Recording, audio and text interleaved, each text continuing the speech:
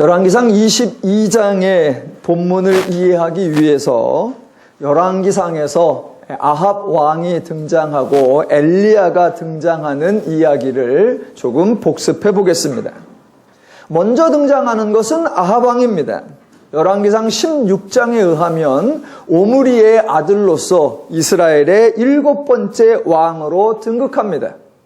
그리고 아합 왕에 대한 성경의 평가는 아주 안 좋습니다.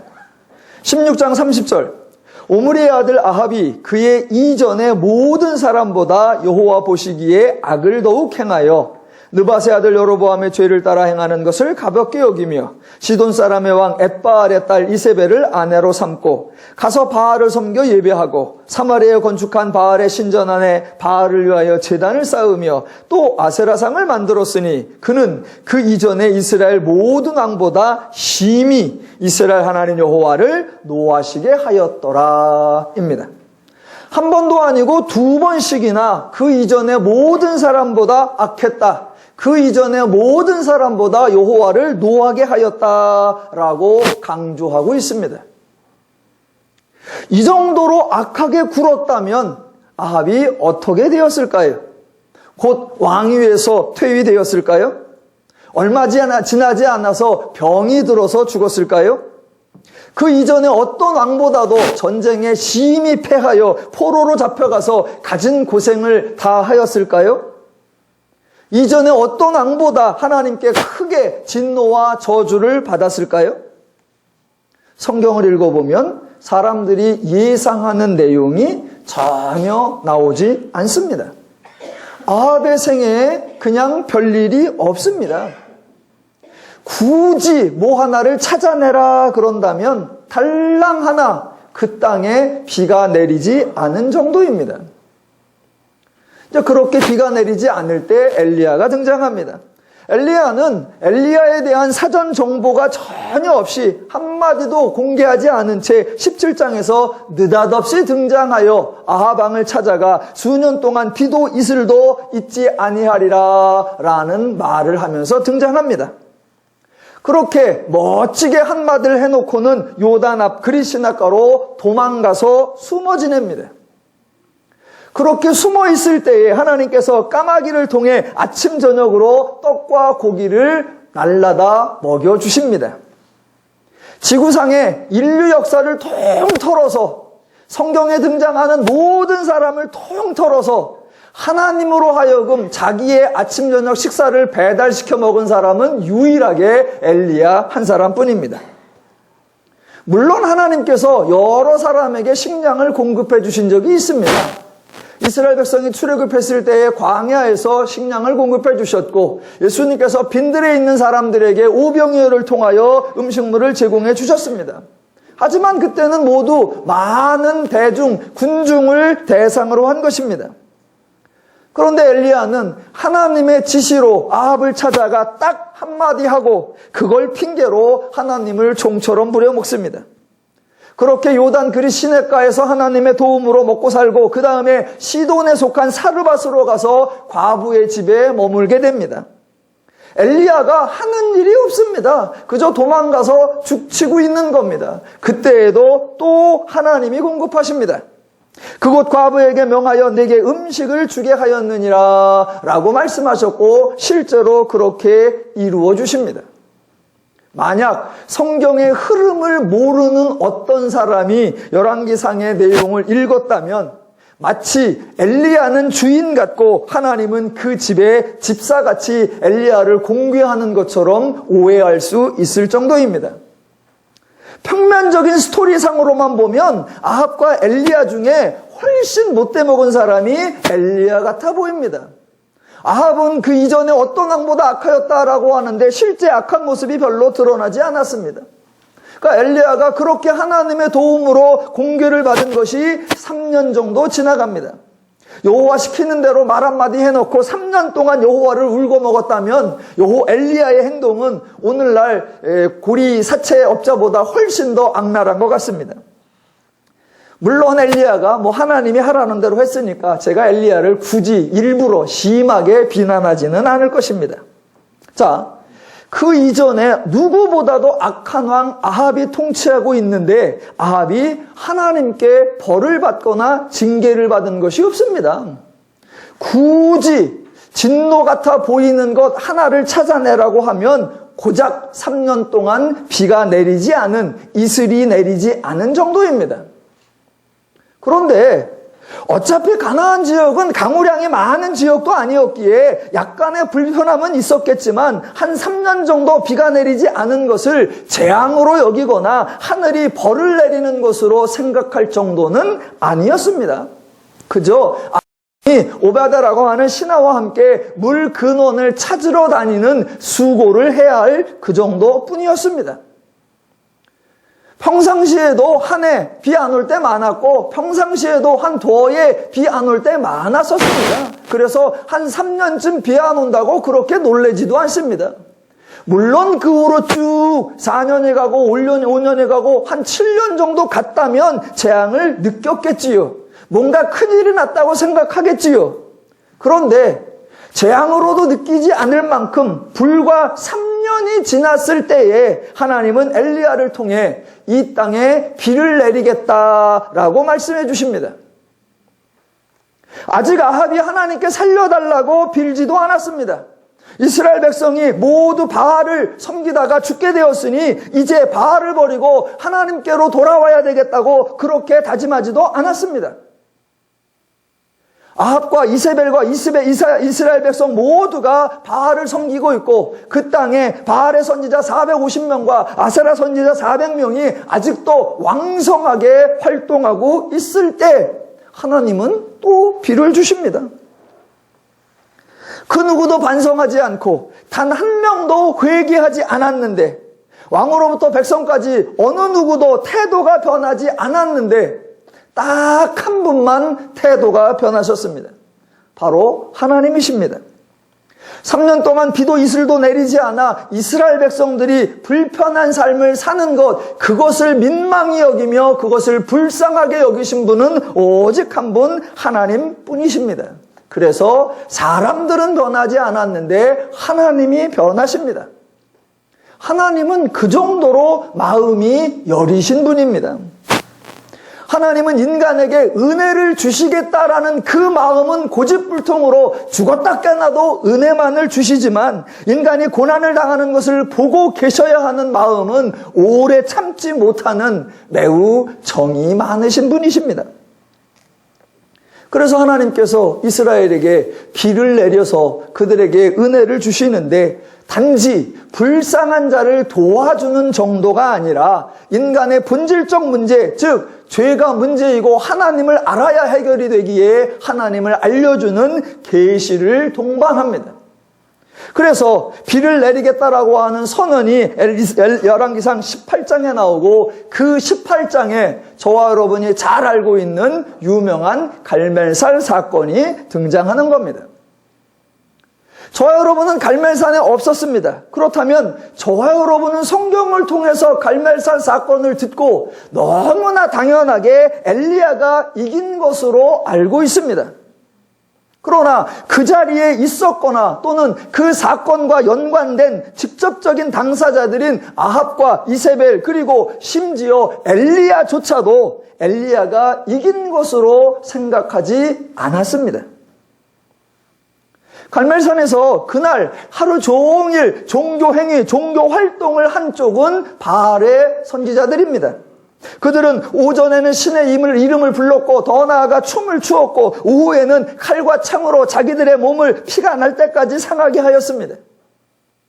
반면에 엘리야는 저녁쯤에 사람들이 생각하는 종교행위는 일체하지 않은 채 무슨 막대기를 들고 흔들 것도 아니고 주문을 외운 것도 아니고 기이한 동작을 취한 것도 아니고 이상한 말을 중얼거리지도 않았습니다. 그저 저녁쯤에 모두가 알아들을 수 있는 지극히 평범한 그냥 말을 했을 뿐입니다. 그렇게 하루가 지났습니다. 하루 종일 바알 선지자들의 그런 종교 활동이 있었고 저녁에 잠깐 직접 성경을 읽어보면 한 15초 정도 되는 그 한마디 말만 한 후에 드디어 갈멜산에 현상이 일어나는데 두 가지 현상이 일어납니다. 하나는 엘리야가 말한 후에 즉시 불이 내려서 갈멜산의 번제물과 나무와 돌과 흙을 태우고 도랑의 물까지 모두 핥았습니다. 그렇게 불이 내리자 모든 백성들이 다 놀랐습니다. 그래서 열왕기상 18장 39절에 모든 백성이 보고 엎드려 말하되 여호와 그는 하나님이시로다, 여호와 그는 하나님이시로다 라고 말했습니다. 성경에는 백성이 엎드려 말했다라는 기록은 나옵니다.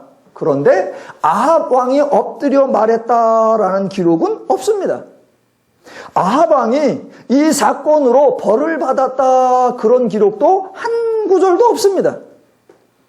도리어 불이 내려온 후에 정반대 현상이 일어납니다. 열왕기상 18장 41절을 보면 엘리야가 아합에게 이르되 올라가서 먹고 마시소서, 큰 비소리가 있나이다. 아합이 먹고 마시러 올라가니라 라고 나옵니다. 아니, 갈멜산에 가기 전에는 한 2년쯤 가뭄이 들자 아합 왕이 엘리야를 찾으러 다녔습니다. 그러다 어느 날 엘리야와 아합이 딱 만나자마자 아합이 한 첫마디가 이스라엘을 괴롭게 하는 자여 너냐라고 했습니다. 그러자 엘리야가 대답하기를 내가 이스라엘을 괴롭게 한 것이 아니라 당신과 당신의 아버지 집이 괴롭게 하였나이다 라고 대답했습니다. 서로 네가 이스라엘을 괴롭게 하는 자냐 서로 으르렁거렸습니다. 그랬던 사람들이 갈멜산 사건이 일어났으면 그 중에 이긴 자가 진 자를 처단해야 스토리 전개가 어울릴 것입니다. 그런데 그렇게 서로 으르렁거리더니 갈멜산 사건이 있은 다음에 두 사람은 마치 친구가 된 것 같습니다. 엘리야가 말하기를 곧 비가 올 테니까 먼저 올라가서 먹고 마시소서 그랬더니 아합이 그래 알았어 먹고 마시러 올라갑니다.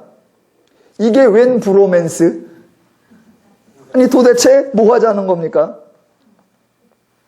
자, 분명히 갈멜산에서 하루 종일 사건이 있었는데 그 사건 이후에 두 가지 현상이 일어났습니다. 하나는 즉각적으로 불이 내린 것이고 또 하나는 조금 후에 큰 비가 내린 것입니다.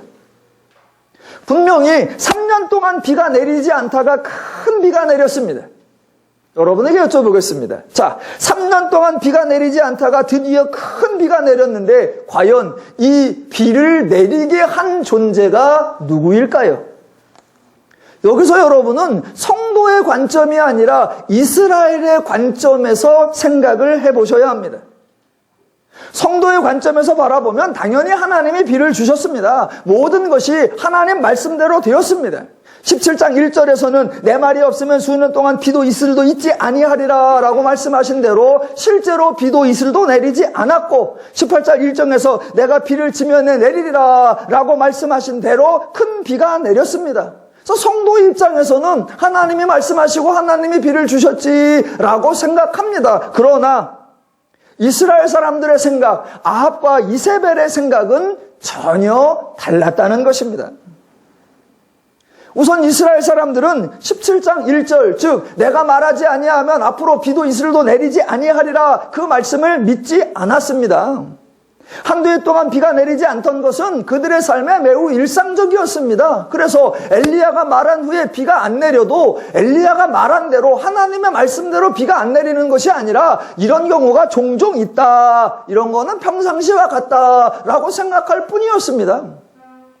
18장 1절에서 내가 이 땅에 비를 내리리라 라고 말씀하셨어도 아무도 믿지 않았습니다. 왜냐하면 그 말씀이 떨어지자마자 바로 큰 비가 와라락 쏟아진 것이 아니었기 때문입니다. 18장 1절에서는 내가 지면에 큰 비를 내리리라 라고 말씀하셨고 정작 큰 비가 내린 것은 45절입니다. 그러니까 말씀하신 것과 비가 내린 그 두 사건 중간에 갈멜산 사건이 끼어 있는 것입니다. 그러니까 하나님은 비를 내리겠다라고 말씀하셨고 말씀 그대로 비를 주셨지만 이스라엘 생각은 전혀 달랐습니다. 왜? 그 중간에 갈멜산 사건이 끼어 있거든요. 그렇다면 갈멜산에서 그날 하루 종일 갈멜산에서 종교 행위를 한 쪽은 하나님의 선지자인 엘리야가 아니라 바알의 선지자들이었습니다. 갈멜산에서 바알의 선지자들은 다양한 종교 행위를 한 반면 엘리야는 종교 행위라고 여겨질 만한 어떠한 행동도 하지 않았습니다. 지극히 평범했고 매우 일상적이었고 그저 나와서 달랑 말을 한 것뿐입니다. 물론 엘리야가 말을 한 후에 불이 내렸습니다. 맞습니다. 그러니까 불을 내리게 한 것은 엘리야고 불을 내리게 한 것은 하나님이라고 이스라엘도 생각합니다. 그러나 이스라엘 사람들 생각에 엘리야는 그것으로 끝입니다. 즉 엘리야는 불을 내리게 했을 뿐이다. 우선 불이 내려서 제물을 태우고 바로 그것으로 엘리야의 사역은 종결, 그겁니다. 만약 불이 내려서 태우고 곧이어 비까지 와라락 쏟아졌다면 우와, 하나님이 엘리야를 통해 불과 비를 내리셨구나 라고 했을 겁니다. 근데 불 내려서 제물을 다 태웠어요. 그리고 아무 일도 없어요. 그러자 엘리야 사역은 끝났구나, 엘리야가 행한 모든 일은 종결되었구나 해서 상황이 정리된 후에, 성경에 보면 조금 후에라고 나옵니다. 그때 큰 비가 내렸다라고 합니다. 그러면 이스라엘 사람들은 과연 이 큰 비는 누가 내렸을까? 당연히 바알이 내렸다고 생각합니다. 왜? 갈멜산에서 하루 종일 신을 불러가며 비를 내리게 해달라고 구한 것이 자기들이고 자기들의 구한 것을 듣고 바알이 응답하여 비를 내렸다라고 생각합니다. 그들의 생각은 그렇다는 겁니다. 왜? 자기들은 그렇게 할 만한 종교 행위들을 했기 때문입니다. 제가 지금 하나님이 비를 안 내렸다라고 말하는 게 절대로 아닙니다. 다만 이스라엘 사람들이 그렇게 생각했다라는 겁니다. 이스라엘 사람들은 하나님을 몰랐고 하나님을 믿지 않았었습니다. 그동안 하나님의 말씀을 귀담아 듣지 않았습니다. 그래서 이방적 종교관, 우상적 종교행위, 죄적 종교 관습만 갖고 있는 그 이스라엘 사람들의 생각에는 엘리야는 뭐가 내려올 수 있게끔 하는 어떠한 종교 행위를 하지 않았습니다. 그런데 반대로 자기들은 평상시 바알이 비와 바람을 주관하고 있다고 생각한 자기들은 그렇게 바알을 섬기려고 하면 다양한 종교 행동을 해야 한다고 생각하던 자기들은 갈멜산에서 하루 종일 종교 활동을 했더니 아니나 다를까 얼마 후에 비가 내리더라. 그러니 이 비는 누가 내리게 했느냐? 바알이 내리게 한 게 분명하다라는 겁니다. 실제로 비가 내림으로써 바알아, 바알이 한 게 맞잖아 라고 증명이 된 겁니다. 그들의 생각에. 자, 보세요.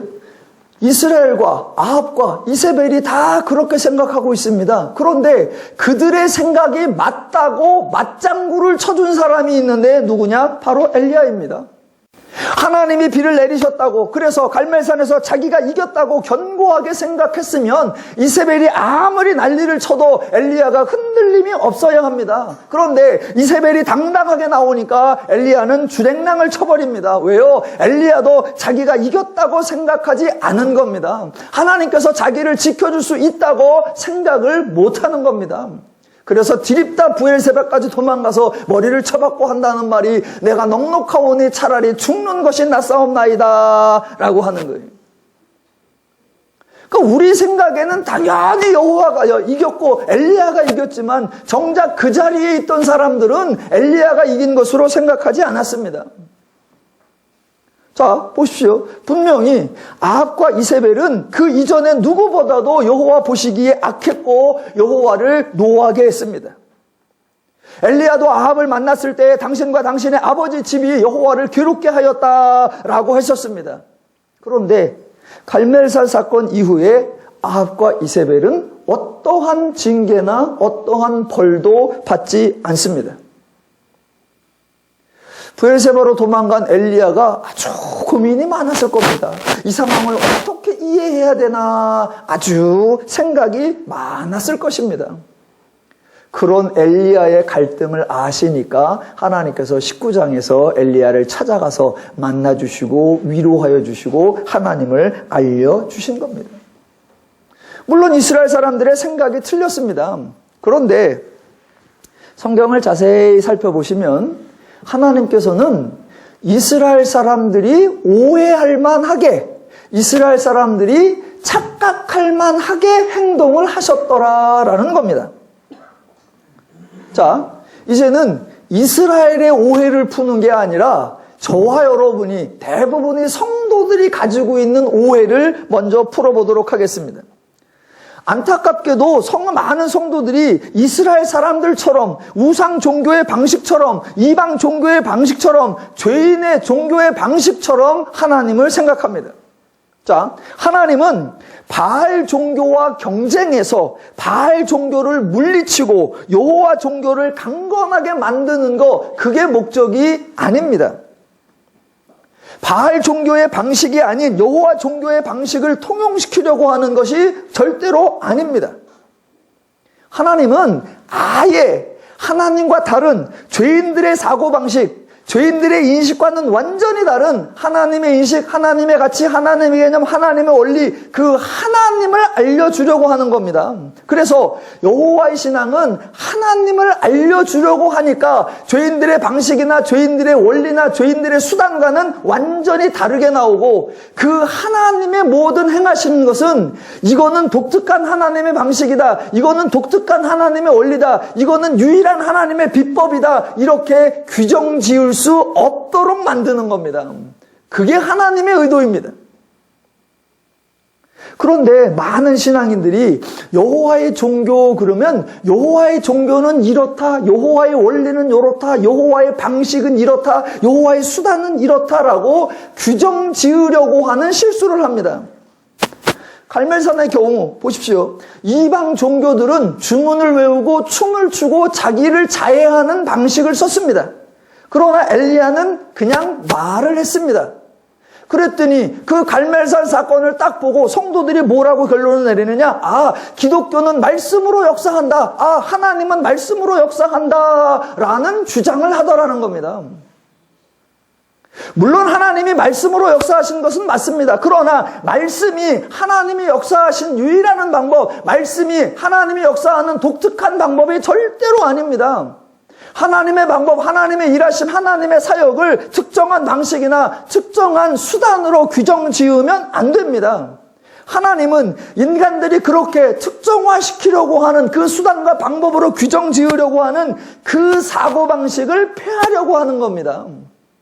독특한 원리, 비법이 있다, 하늘 보좌를 움직이고 하나님의 은혜를 받아내는 수단이 있다라고 하는 그 죄인들의 사고방식을 깨치려고 하니까 죄인들이 생각하는 그런 원리가 아닌 것, 그렇게 하다 보니 뭐가 되느냐? 말씀이라는 것을 사용하신 겁니다.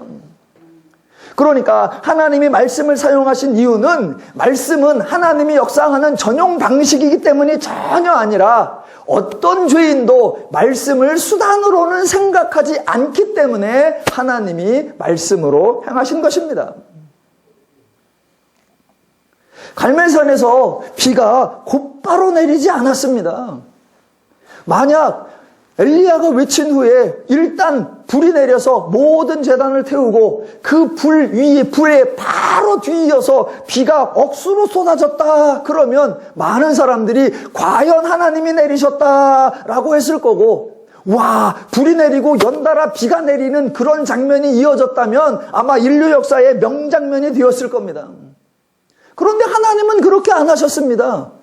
불이 내려서 제단을 태웠고 조금 있다가 모두가 엘리야의 사역은 끝났고 비가 내리는 것은 바알이 내렸다라고 착각할 만하게 하나님이 하셨습니다. 왜요? 만약 하나님께서 불을 내리고 연달아 비도 쫙 내렸으면 이스라엘 사람들이 이렇게 말했을 겁니다. 우와, 하나님도 불도 내리고 하나님이 비도 내리는구나. 우와, 일단은 그랬을 겁니다. 그리고 바로 뒤이어서, 그런데 어떻게 해야 비가 내리는 줄 알아? 응, 알아. 엘리야처럼 말을 해야 돼. 비를 내리면 말을 해야 되는구나. 비를 내리려면 춤을 추면 안 되고, 비를 내리면 자해를 하면 안 되고, 비를 내리면 말을 해야 돼. 비를 내리는 유일한 방법, 비를 내리는 하나님의 방법, 말하는 거야 라고 했을 겁니다. 하나님은 그런 식으로 하나님을 규정짓지 못하게, 그런 식으로 하나님의 원리, 하나님의 일하심을 특정짓지 못하게 하나님은 일하신 겁니다. 그러니까 얼핏 생각하면 하나님이 오해를 유발한 것 같지만 조금 더 깊게 생각하면 하나님은 그 인간의 사고방식과 다르게 행하심으로 하나님에 대한 왜곡을 막아주셨던 것입니다. 그렇게 하나님이 저들에게 오해의 빌미가 된 것 같지만 그러나 저들의 왜곡을 막아주시고 그리고 또다시 20장에서 전쟁을 통해 또 다른 계시를 하시고 또 다른 계시를 하시고 또 다른 계시를 하셔서 결국 이스라엘로 알아듣게 하시려는 계시를 진행하십니다. 그때마다 계시의 방법 계속 달라집니다. 말씀으로 하신다 그러면 계속 말씀을 하시느냐? 아니요. 이제 살펴보겠지만 20장에서 두 번의 전쟁을 이기게 하시는데 그때는 말씀이 한마디도 등장하지 않습니다. 신약으로 가면 예수님도 마찬가지예요. 병자를 고치시는데 어느 날은 말씀으로 고치십니다. 근데 어느 날은 손을 대어서 고치십니다. 어느 날은 침을 뱉어서 문질러서 고치십니다. 저는 세 번째가 제일 싫습니다.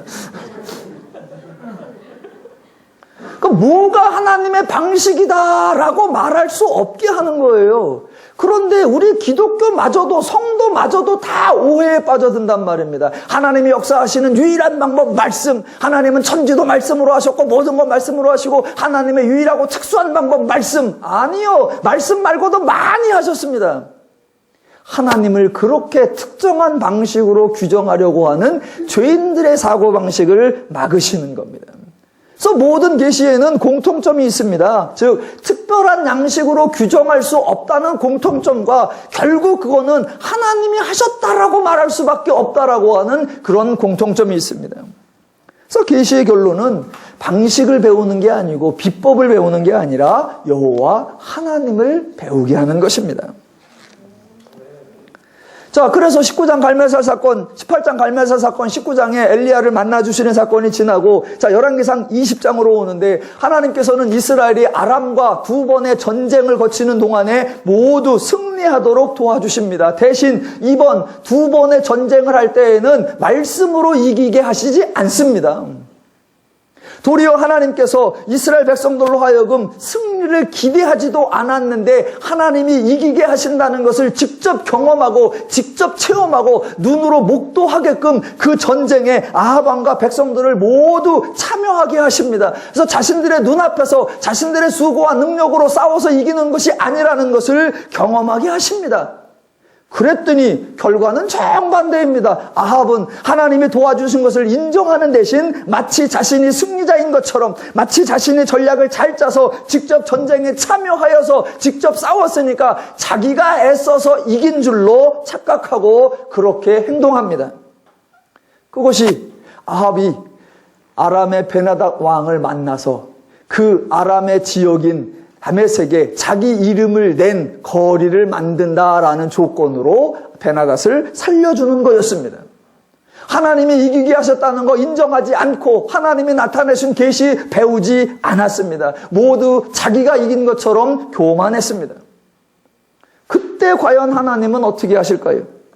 하나님은 아합이 교만하다고 징계하셨을까요? 하나님을 인정하지 않았다고 처벌하셨을까요? 감히 하나님의 수고와 공로를 빼앗아가느냐고 저주하셨을까요? 전혀 그렇지 않습니다. 열왕기상 20장 35절 이하에 가면 이제 어떤 선지자가 길에 가다가 이제 아합 왕을 찾아갑니다. 그래서 아합 왕을 만나서 하나의 대화를 합니다. 내가 여기 있는데 어떤 사람이 전쟁 포로를 데리고 왔다. 그래서 전쟁 포로를 나에게 맡기면서 만약 이 포로를 잃어버리면 네가 대신 죽을 거다라고 말을 해서 내가 그 포로를 맡았는데 내가 뭔 일을 하다 보니까 이 포로가 도망가 버렸다. 그러면 제가 어떻게 해야 될까요? 라고 물었습니다. 여러분은 그때 어떤 조치를 내리시겠습니까? 누가 그런 얘기를 여러분에게 하시면 여러분은 뭐라고 판단을 해주시겠습니까? 아마도 원칙주의자들, 공의롭다라고 생각하는 자들, 바른 생활을 하시는 분들은 서로 약속한 대로, 서로 계약을 맺은 대로 행해야 한다라고 대답하실지도 모르겠습니다. 아합도 그렇게 대답을 했습니다. 그래서 20장 40절 중간에 내가 스스로 결정하였으니 그대로 당하여야 하리라 라고 대답했습니다. 예, 아합의 대답 이론상으로 맞습니다. 예, 아합의 대답 논리적으로 맞습니다. 예, 아합의 대답 법치주의 원칙에 딱 맞습니다. 그러면 아합이 너무나 당연하다고 생각한 대로, 아합이 결정한 대로 하나님도 아합에게 그대로 대해 주셨을까요? 얼핏 보기에는 하나님께서 그렇게 행하신 것처럼 보입니다. 그래서 20장 42절 이렇게 나오죠. 그가 왕께 아뢰되, 선지자가 하는 말입니다. 여호와의 말씀이 내가 멸하기로 작정한 사람을 내 손으로 놓았은즉 내 목숨은 그의 목숨을 대신하고 내 백성이 그의 백성을 대신하리라 하였나이다. 마치 하나님이 아합이 대답한 그대로 갚아주시는 것처럼 보입니다. 그런데 이렇게 42절처럼 말씀하셔서 그래서 어떻게 되었을까요? 아합이 당장에 죽었을까요? 이스라엘 백성이 당장에 멸절을 당했을까요? 그렇지 않습니다. 아무 일도 없습니다. 42절처럼 하나님께서 온갖 원포를 다 해서 오셨는데 아무 일도 없습니다. 그래서 43절 이스라엘 왕이 근심하고 답답하여 그의 왕궁으로 돌아가려고 사마리아에 이르니라. 아하, 왕이 이렇게 근심하고 답답해했으면 이제부터는 행동을 절제하면서 아주 조심했을까요? 42절에서 죽임을 당할 것이라는 예언을 받았으니 매사에 신중하고 하나님의 계명대로 살려고 노력을 했을까요? 전혀 그렇지 않았다는 것이 21장에 증명이 됩니다. 그게 지난주에 살펴본 나봇의 포도원 사건입니다.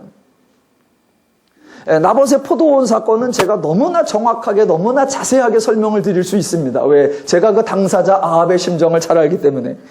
자, 이 아합은 나봇의 포도원을 빼앗으려고 고도로 기획된 3단계 전략을 짰습니다. 3단계 전략. 일단 자기는 나봇의 포도원을 거래해서 얻으려 하는 것처럼 시도하고 나봇의 반대로 어쩔 수 없다는 듯이 쩔쩔매는 듯한 모습을 보입니다.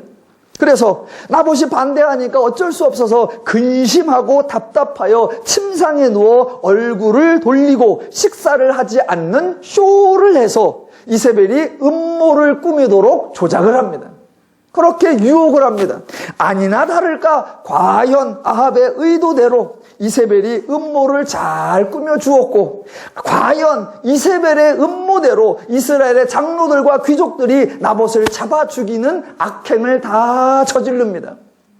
그래서 장로들이 이세벨에게 나봇이 죽었다고 보고를 하고, 그 다음에 이세벨이 아합에게 나봇이 죽었다고 보고를 하자, 그제사 아합은 침대에 이러고 누웠다가 살짝 일어나면서 나봇은 어차피 죽었으니까, 포도원 주인이 없으니까, 그러면서 일어나서 그것을 취하러 가는 아주 교활한 악행을 하나 더 추가합니다.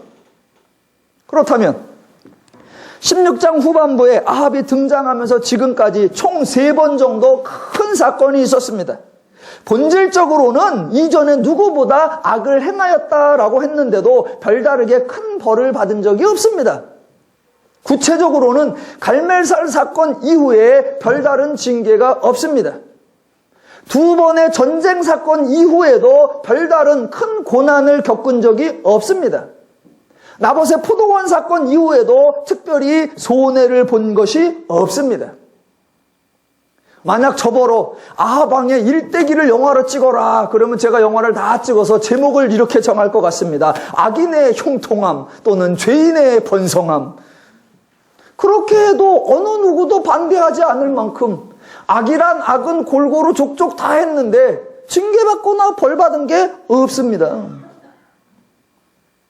그러니까 아합과 엘리야의 이야기를 이렇게 확인해 보면 악을 행한 아합이 특별히 하나님께 벌받거나 징계받은 적이 없고, 많은 사람이 신실하고 의롭고 선한 행동을 했다라고 생각하는 엘리야가 하나님 앞에 상을 받은 것도 없습니다. 자, 여기까지가 이제 복습입니다. 이제 서론이에요. 서론. 그래서 21장에 나봇 사건이 지난 후에, 자, 2번의 전쟁 동안에는 어디로 갔는지 전혀 나타나지 않았던 엘리야가 다시 등장을 해서 아합을 만납니다. 그리고 이제 아합과 엘리야가 말을 주고받습니다.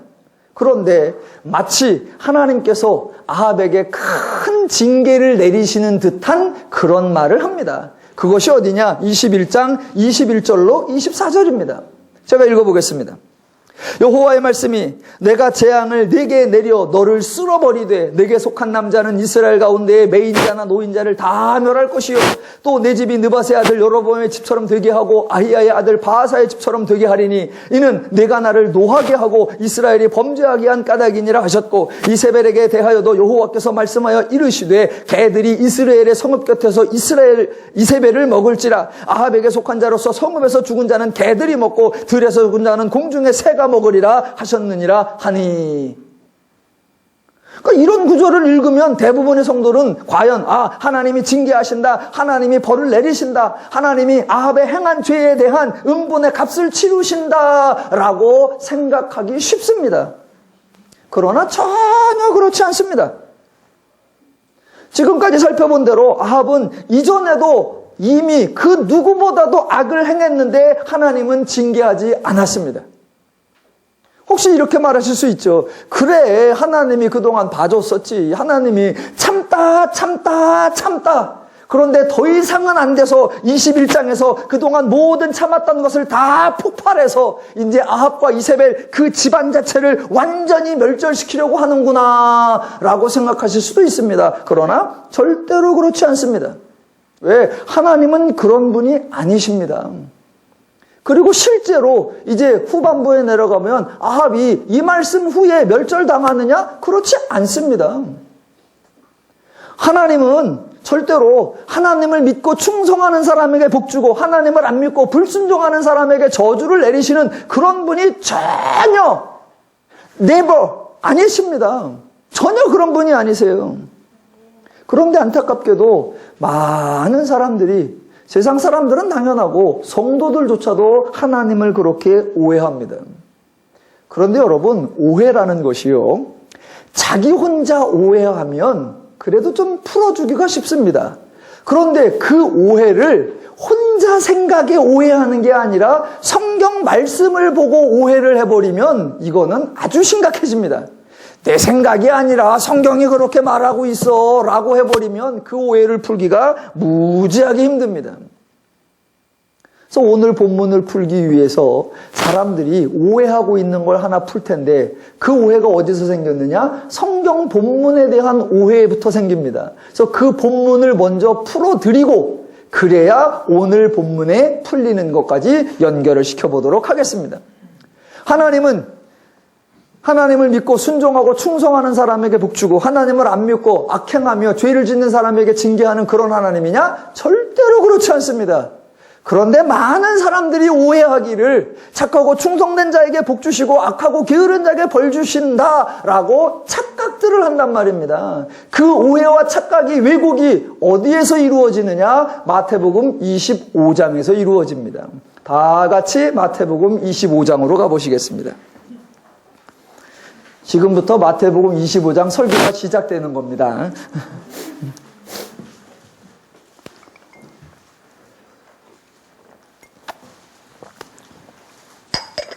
마태복음 25장 14절부터 보면 여러분이 잘 아시는 달란트 비유, 5달란트 받은 자, 2달란트 받은 자, 1달란트 받은 자 이야기가 나옵니다. 바로 이 본문에서 하나님에 대한 오해를 하니까 그 오해가 성경 전체에 잘못 적용되는 겁니다. 오늘 이 달란트 비유를 조금 풀어보겠습니다. 자, 주인이 출타를 하면서 3명의 종에게 소유를 맡겼습니다. 5달란트 받은 사람과 2달란트 받은 사람은 바로 가서 장사를 하여 각각 다시 5달란트와 2달란트를 받았습니다. 그 두 사람에게 대한 주인의 평가가 똑같습니다. 마태복음 25장 21절과 23절에 똑같이 나옵니다. 잘하였도다 착하고 충성된 종아, 내가 적은 일에 충성하였음에 내가 많은 것을 내게 맡기리니 내 주인의 즐거움에 참여할지어다 입니다. 이렇게 나오니까 사람들은 여기에서 봐라, 두 사람이 열심히 일을 하니까 주인이 상응하는 보상을 해주었다라고 생각을 합니다. 그러니까 이 비유의 주제는 뭐냐? 당연히 충성, 그렇게 충성하는 자에게 상과 복이 온다라고 말합니다. 지극히 당연해 보입니다. 거기까지는 오해가 아닙니다. 잘했더니 상 받았다. 그래도 그건 오해가 아닙니다. 그런데 그렇게 생각을 하니까 당연히 세 번째 한 달란트 받은 종에게까지 그런 사고방식이 이어지고 결국 충성이라는 주제로 생각을 하니까 너무나 뻔한 내용이 이어집니다. 그런데 그게 바로 왜곡의 시초입니다. 자, 한 달란트 받은 종은 5달란트 받은 자와 또 2달란트 받은 종과는 전혀 다른 장면이 하나 등장합니다. 그 앞에 두 사람은 주인에 대해서 한마디도 하지 않았습니다. 성경의 표현대로 하면 달란트를 받은 순간 바로 가서 장사를 하였다고 합니다. 그리고 결산할 때에도 단지 자신들이 장사를 해서 소득을 남겼다 그런 보고만 합니다.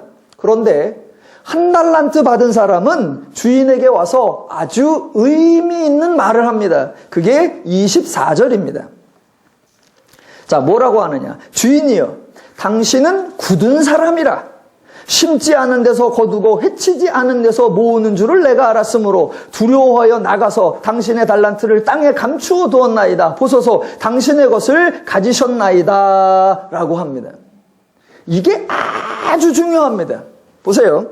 지금 이 한 달란트 받은 종은 두서없이 행동한 것이 아니고 막무가내로 행동한 것이 아니고 단지 아니라고 게을렀던 것이 전혀 아니고 그 사람은 생각을 한 겁니다. 주인의 성품, 주인의 속성, 주인의 원리, 주인의 마음에 대해서 생각을 하고 주인에 대해 아주 신중하게 판단을 한 후에 행동한 것입니다. 그 한 달란트 받은 사람이 주인에 대하여 모든 생각을 다 한 후에 내린 결론이 뭐냐? 아하, 우리 주인은 굳은 사람이다라는 겁니다. 이 사람이 말하는 주인, 굳은 사람, 이 한 달란트 받은 사람이 생각한 굳은 사람이란 심지 않은 데서 거두고 해치지 않은 데서 모으는 사람입니다. 자, 여러분, 일반적인 사람이라면 심은 데서 거두고 해치는 것을 모으는 겁니다. 그게 정상입니다.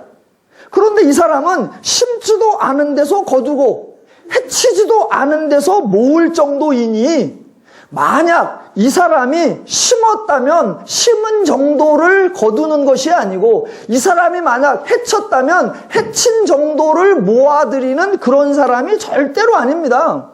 만약 심은 만큼 거두고 해친 데서 거두어들이면 그 사람은 굳은 사람이 아니라 평범한 사람, 일반인입니다. 근데 지금 이 사람이 뭐라고 하냐? 우리 주인은 굳은 사람이다. 그래서 심지도 않아 놓고 거두어, 해치도 않아 놓고 모아. 그런 사람이에요. 이 사람이 만약 심었다, 몇 배로 거둬야 되고 이 사람이 만약 해쳤다, 몇 배로 모아들여야 그래야 직성이 풀리는 아주 굳은 사람이라는 겁니다. 주인에 대하여 그렇게 평가를 내리니까 이 한 달란트 받은 사람이 무슨 행동을 하기가 너무 두려웠습니다. 과연 이 한 달란트를 받았는데 내가 장사해서 한 달란트를 남기면 주인이 만족할까? 한 달란트를 남기면 기껏해야 심은 만큼밖에 거둔 것이 아닌데 그러면 주인이 만족할까? 고민이 된 겁니다. 그러자 그 한 달란트 받은 종이 내린 가장 현명한 본인으로서는 살아남을 수 있는 유일한 수단이 뭐냐? 그저 주인이 준 것을 그대로 가지고 있다가 주인에게 그대로 주자 이 생각에 도달했던 것입니다. 자, 여러분이 주인이라고 합시다. 여러분이 주인이라면 그 한 달란트 받은 자가 와서 말하고 그 한 달란트를 그대로 내놓는 것에 뭐라고 평가하시고 어떤 결정을 내리시겠습니까? 자, 우선 성경을 봅시다. 26절. 주인이 대답하여 이르되 악하고 게으른 종아, 나는 심지 않은 데서 거두고 해치지 않은 데서 모으는 줄로 네가 알았느냐? 그러면 네가 마땅히 내 돈을 취리하는 자들에게나 맡겼다가 내가 돌아와서 내 원금과 이자를 받게 하였을 것이니라 하고 그에게서 한 달란트를 빼앗아 10달란트 가진 자에게 주라. 무릇 있는 자는 받아 풍족하게 되고 없는 자는 그 있는 것까지 빼앗기리라. 이 무익한 종을 바깥 어두운 데로 내쫓으라. 거기서 슬피 울며 이를 갈리라 하니라 입니다. 들으시는 순간 여러분은 이 주인의 조치가 마음에 드십니까? 앞에서 5달란트 받은 사람과 2달란트 받은 사람에게는 착하고 충성된 종이라고 했으니 이 사람에게는 악하고 게으른 종이라고 부르는 것이 당연하고, 착하고 충성된 종에게는 상을 주었으니 악하고 게으른 종에게는 벌을 주는 것이 당연하다라고 생각하십니까? 안타깝게도 대부분의 사람들이 이 주인의 조치가 매우 당연하다고 생각합니다. 매우 당연하다고. 물론 주인이 그렇게 행동할 수 있습니다. 그래서 그냥 어떤 회사에 아니면 어떤 조직에 어떤 집안에 사장이 그랬다, 리더가 그랬다, 대장이 그랬다 그러면 아무런 오해가 아니고 아무런 왜곡이 아닙니다. 그냥 어떤 인간이 그랬다 그러면 됩니다. 그런데 이 비유를 말씀하신 분이 예수님이고 이 비유에 등장하는 주인이 하나님이다 라고 해버리면 어마어마한 오해와 어마어마한 변질이 생깁니다. 그러니까 이것이 예수님이 말씀하신 내용이고 예수님이 하나님을 소개하는 건데 그 하나님에 대한 오해, 하나님을 뭐라고 생각하느냐? 하나님은 착하고 충성된 자에게는 상을 주시고 악하고 게으른 자에게는 벌을 주신다. 더 나아가 하나님께서는 악하고 게으른 자에게는 있는 것도 빼앗아 있는 자에게 더 주시고, 그래서 하나님 일에 충성하지 않는 자에게는 나중에 슬피 울며 이를 갖게 하신다 라고 해버리면 성경에 대한 어마어마한 왜곡입니다. 그런 생각을 이 본문을 통해서 하니까 오늘 열왕기상 본문에서도 아합이 하나님 앞에 그렇게 악하게 하니까 하나님께서는 참다 드디어 어떻게 하신다? 아합의 집안을 남자나 여자나 매인자나 노인자나 싹 멸절하여 버리시고, 들에서 죽으면 개가 먹어버리고 들판에서 죽으면은 집에서 죽으면 개가 먹고 들판에서 죽으면 새가 먹으리라, 완전히 싹 멸망하신다. 그런 논리가 나와버린단 말입니다. 과연 그러하느냐?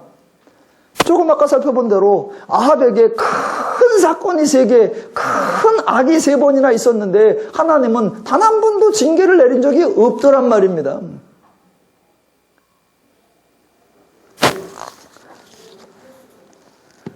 그래서 지금 마태복음 25장이 예수님께서 하나님을 소개하는 비유인데 매우 평범한 교훈으로 전락해버립니다.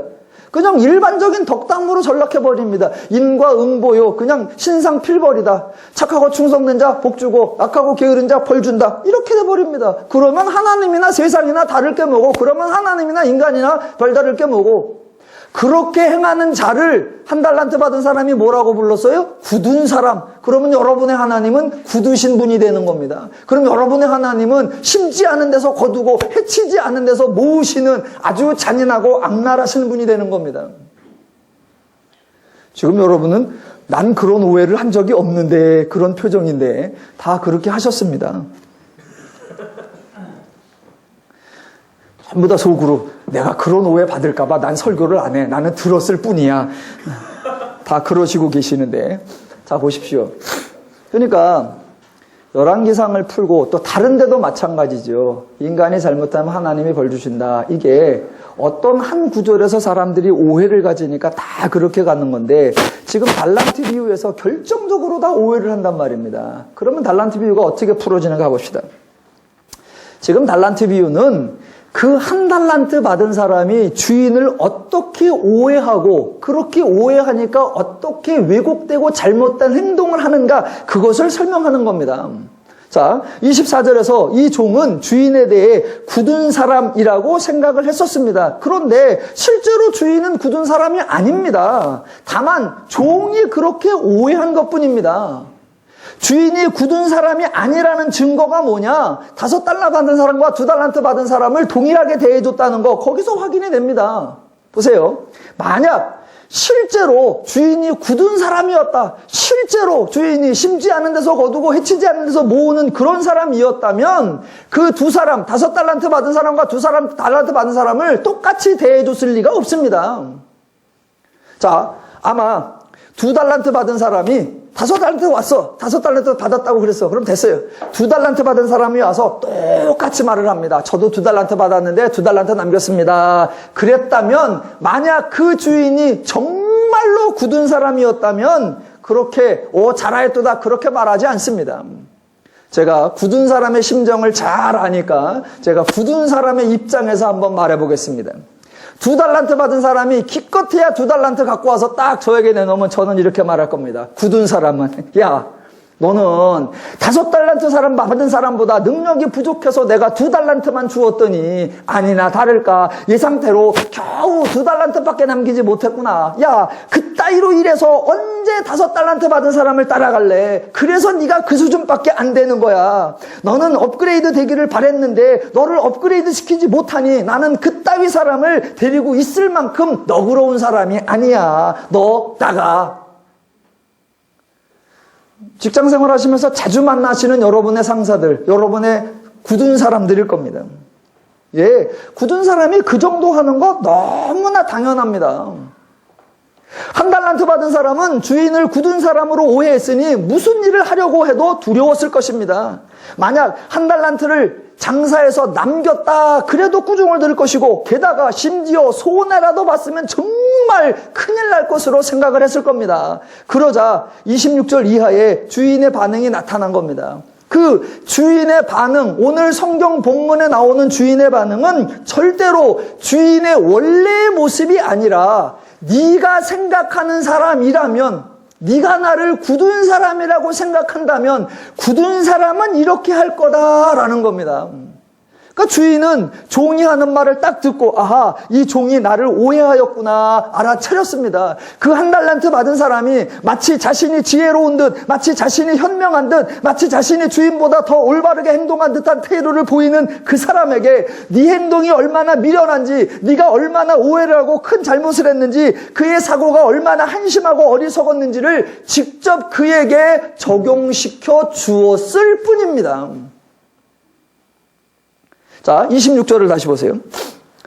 악하고 게으른 종아, 나는 심지 않은 데서 거두고 해치지 않은 데서 모으는 줄로 네가 알았느냐? 이건 질문이 아닙니다. 확인입니다. 아, 네가 나를 심지 않은 데서 거두고 해치지 않은 데서 모으는 사람으로 오해했구나. 그런 겁니다. 그래서 26절은 주인의 판단이 아니라 종의 판단을 소개한 겁니다. 그 종이 주인을 굳은 사람으로 생각했다면, 그 종의 논리대로라면, 그 종의 사고방식대로라면 그 주인이 27절처럼 행동했어야 한다라는 겁니다.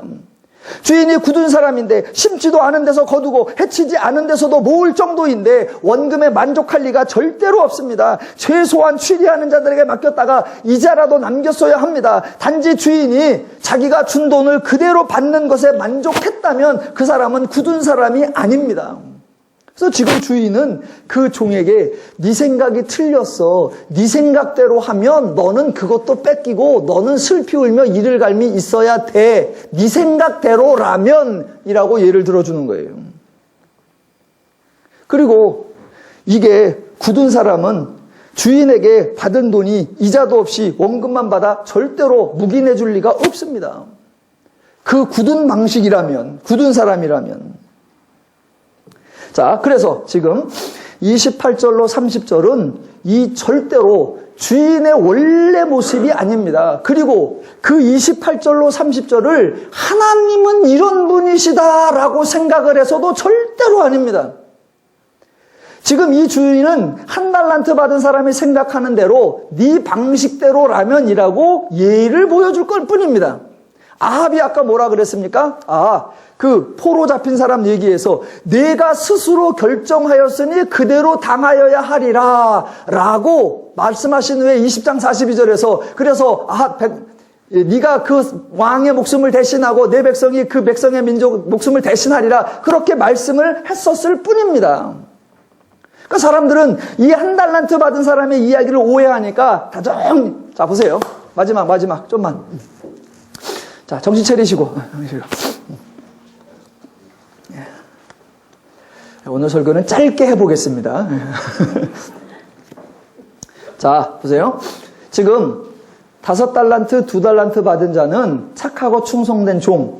그러니까 이 비유의 핵심은 충성이고 상급이다 라고 생각을 하니까 당연히 악하고 게으른 종은 뺏기고 슬피우며 이를 간다. 이런 결론이 나와버리는 겁니다.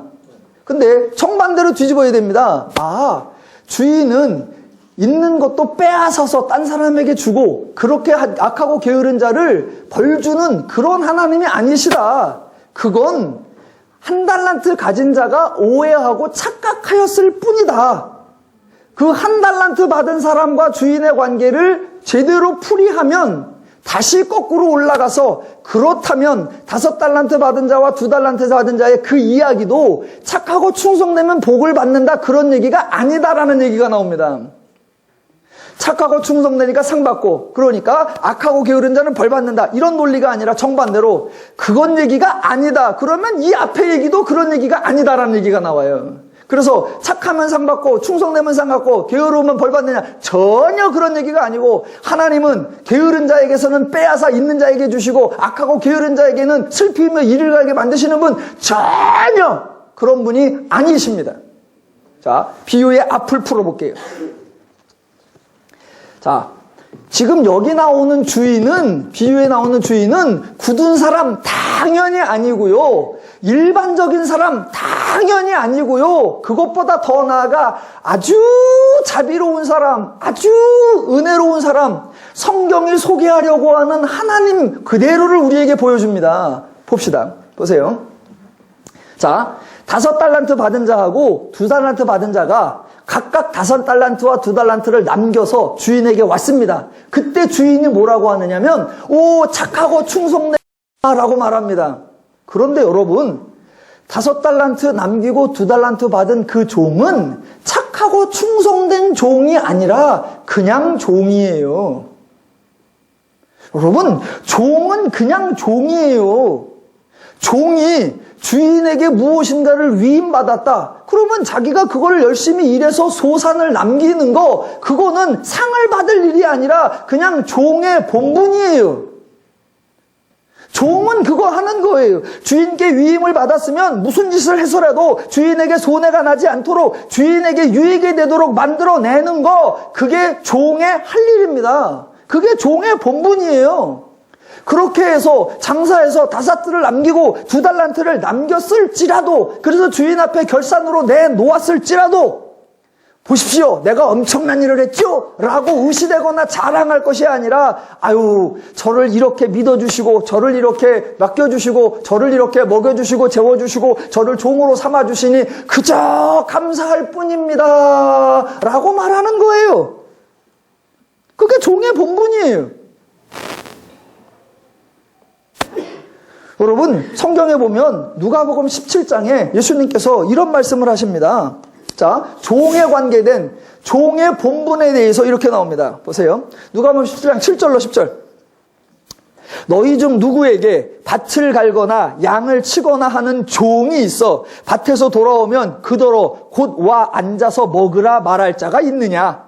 도리어 그더러 내 먹을 것을 준비하고 띠를 띠고 내가 먹고 마시는 동안에 수종 들고 너는 그에게 먹고 마시라 하지 않겠느냐? 명한 대로 하였다고 종에게 감사하겠느냐? 이와 같이 너희도 명령받은 것을 다 행한 후에 이르기를 우리는 무익한 종이라 우리가 하여야 할 일을 한 것뿐이니라 할지니라. 이게 본분이에요.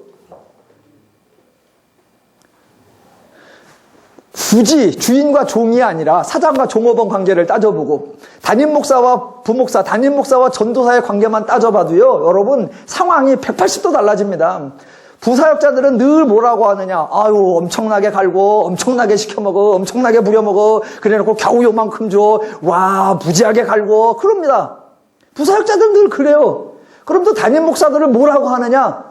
아유 오갈 데 없는 거 데려다 두고 저런 걸 내가 밥을 주니 아유 없는 게 난데 그러다고 내가 도와주느라고 그냥 데리고 있지 이래요. 대부분의 주인이 다 그래요. 그래서 종이 뭔가 열심을 내고 종이 뭔가 성실하게 하면 오 착하고 충성된 종아 아무도 안 그래요. 뭐라고 하느냐. 밥 값은 했어. 그 안 쫓겨나려고 그저 지 밥거리는 하는구만. 그러는 거예요. 그런데 지금 본문에서는 뭐라고 하느냐. 종에게 맡기고 떠났다 돌아왔을 때 5달란트와 2달란트를 남겼더니 종에게 뭐라고 하느냐. 우와 착하고 충성된 종아 라고 말합니다. 여러분 원래 주인들은 거기다가 칭찬 안 해줘도 되고 원래 주인은 거기다가 상을 안 주어도 돼요. 그냥 밥값 했네. 그래도 데리고 있었더니 기본은 하는구만. 이래도 됩니다. 그런데 지금 여기 나오는 주인은 뭐라고 하느냐? 그저 밥값한 주인에게 오 착하고 충성된 종아 라고 말합니다. 그것뿐만 아니라 칭찬을 할 뿐만 아니라 하지 않아도 되는 보상까지 해줍니다. 그런데 그 보상이 상상을 초월하는 겁니다. 단지 착하고 충성된 종이라고 칭찬하는 정도가 아니라 보상을 해주는데 그 보상이 일정 부분을 갚아주는 것이 아니라 뭐라고 하느냐? 자그마치 내 주인의 즐거움에 참여할지라 입니다. 이런 주인을 안 만나봐서 아무도 안 놀래시잖아요. 여러분, 지구상엔 이런 주인이 없어요. 제가 방송에서 제일 싫어하는 게 뭐냐면 사장님이나 이런 분들이 경기가 조금만 나빠지면 제일 먼저 하는 말이 고통분담이에요. 경기가 조금만 나빠지면 고통분담. 그래서 일단 뭐부터 막 잘라. 그런데 그렇게 고통분담 말할 수 있어. 그럼 정반대로 경기가 조금 좋아져. 그럼 이익분담 해야 되잖아. 이익분담. 근데 이익분담이라는 말을 들어본 적이 없어. 고통분담이라는 얘기는 맨날 나와. 이익분담이 딱 돼서 야 요번에 우리가 예상치 못한 수익이 생겼다. 그래서 내 수익을 분배하는 내 분배의 즐거움에 참여할지어다. 이런 주인 지구상에 한 명도 없어요. 그런데 지금 성경에는 그러신단 말입니다. 누가? 하나님이. 그저 자기의 본분을 했을 뿐인 그 사람, 종으로서 종의 역할을 했을 뿐인 그 사람에게 뭐라고 하신다? 착하고 충성된 종이라고 칭찬도 해주시며 그에게 보상을 해주는 정도가 아니라 그 누구도 그저 상응하는 대가를 주는 신상필벌, 인과응보 정도가 아니라 주인의 즐거움에 참여하시는 어마어마한 은혜를 주시는 그런 하나님이라는 겁니다. 그런데 그런 하나님을 한 달란트 받은 자가 뭐라고 왜곡했다고요? 굳은 사람이라고 왜곡하고, 그렇게 왜곡을 하니까 이 본문, 이 비유 자체를 전부 다 왜곡했단 말입니다. 뭐라고? 착하고 충성된 자에게 복 주고 악하고 게으른 자에게 복벌 주는. 그래서 있는 것도 빼앗아 버려서 있는 자에게 더 주시며 심지어 슬피우며 이를 갈게 만드시는 굳은 하나님, 살벌한 하나님, 잔인한 하나님, 못돼 먹은 하나님, 악한 하나님으로 만들어 버렸단 말입니다.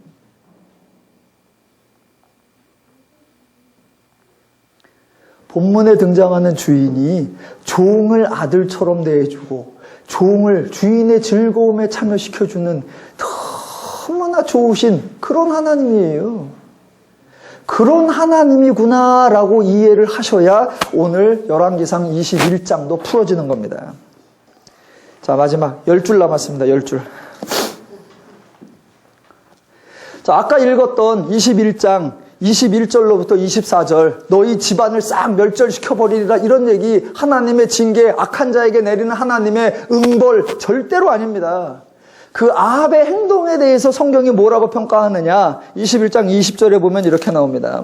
아합이 엘리야에게 이르되 내 대적자여 내가 나를 찾았느냐. 그러니까 엘리야가 대답하는 말, 그래 내가 찾았노라, 내가 내 자신을 팔아, 이러고 나옵니다. 그리고 또 21장 25절에 가보면 여러분부터 아합과 같이 그 자신을 팔아 여호와 앞에 악을 행한 자가 없더라 라고 말합니다. 그러니까 아합이 행동하고 아합이 당하게 되는 결론을 성경은 뭐라고 하느냐, 아합 스스로가 아합 자신을 팔아넘겼다라고 선언합니다. 여기서 팔아넘기다라는 단어의 뜻이 적에게 넘기다, 포기하다, 배신하다, 자포자기하다 이런 말입니다. 즉 아합은 스스로 자신의 삶을 죄에게 넘겼고 스스로 자신의 멸망을 자초했다라는 것입니다. 그런 아합에게 하나님은 전혀 징계도 내리지 않으셨단 말입니다. 아합이 말한 대로 내 스스로 결정하였으니 그대로 당하여라 그렇게 말씀하지도 않으셨고, 도리어 자기가 자기를 팔아서 자기 스스로 당한 대로, 결정한 대로 당하고 있는 그 아합에게 하나님은 은혜를 주시고 또 은혜를 주시고 은혜 위에 또 은혜를 주시고 아멘 할 때까지 할 겁니다. 은혜의 계시를 주셨습니다. 그래서 정말 결론 27절 하나님이 내리신 조치가 이런 거예요. 27절로 29절, 열왕기상 21장 27절. 아합이 이 모든 말씀을 들을 때에 그의 옷을 찢고 굵은 배로 몸을 동이고 금식하고 굵은 배에 누우며 또 풀이 죽어 다니더라. 이런 말씀을 여러분이 딱 보시면서 감동을 받으시면 안 되고 드디어 와 아합이 변했구나 이렇게 생각하시면 안 되는 겁니다. 이런 말씀을 딱 보는 순간 저 인간이 또 쇼하네 이렇게 생각하셔야 됩니다. 그런데 그런 행동에 하나님이 감동을 받아버리십니다. 아합의 속내를 모르는 것이 아니라 일부러 속아주시는 겁니다. 왜? 속아주지 않으면 멸망 나가니까 속으면서 또 하나님이 은혜를 주시는 겁니다. 그래서 은혜를 주시는 게 29절. 아합이 내 앞에서 겸비함을 내가 보느냐. 겸비함은 개뿔 그냥 쇼라니까요. 근데 하나님이 속아주는 거예요. 어이구 겸비하다. 어이구 겸비하다. 그가 내 앞에서 겸비함으로 내가 재앙을 저의 시대에는 내리지 아니하고 그 아들의 시대에야 그의 집에 재앙을 내리리라 하셨더라. 예, 또 연기하는 거예요. 그러면서 그 와중에 또 은혜, 또 계시, 또 은혜, 또 계시. 그리고 그 아들의 때에 가면 또 이제 아들의 때거나 확 죽여버린다. 아니요. 또 은혜, 또 계시, 또 은혜, 또 계시. 하나님은 그렇게 은혜와 계시로 우리를 축복하시는 좋으신 하나님인 줄로 믿습니다. 하나님은 징계하시는 분이 아니라 은혜를 주시는 하나님이십니다. 하나님은 인과응고 신상필벌의 하나님이 아니라 은혜, 계속 은혜, 끝까지 은혜만 주시는 좋으신 하나님이신 줄로 믿습니다. 하나님 때문에 자유와 평화와 안식을 얻으시고 하나님 때문에 즐겁고 신나고 행복한 신앙생활 되시기를 주님의 이름으로 축원합니다.